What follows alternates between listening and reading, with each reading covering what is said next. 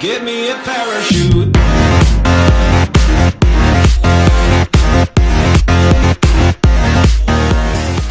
day everyone, I am Minerva Sako, and today I will be discussing counting the number of occurrences of an outcome in an experiment using table, tree diagram, systematic listing, and fundamental principle of counting.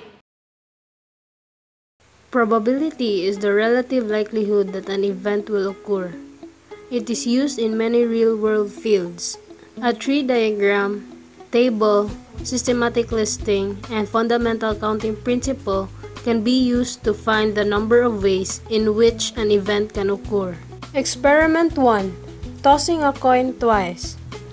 On the first toss, there are two possible outcomes. It can be a head or it can be a tail.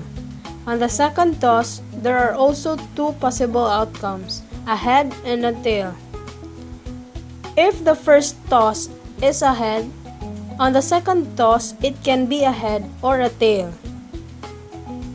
If the first toss is a tail, on the second toss, it can be a head or a tail. So there are four possible outcomes in tossing a coin twice. Head and a head, head and a tail, tail and a head, tail and tail. Table. Simply record all the possible outcomes in a tabular form. Systematic listing. Listing all the possible outcomes in a set.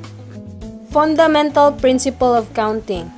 If you have A ways of doing event 1, B ways of doing event 2, and C ways of event 3, then you can find the total number of outcomes by multiplying A times B times C. In experiment 1, number of outcomes on the first toss times number of outcomes on the second toss is equal to the total number of outcomes. 2 times 2 is equal to 4. Experiment 2. If a coin is tossed and a die is rolled, how many outcomes are there? Tree diagram, table, systematic listing, fundamental principle of counting. Experiment 3. Double O's Cafe serves two desserts, cake and a pie. They also serve three beverages, coffee, tea, or juice. Suppose you choose one dessert and one beverage.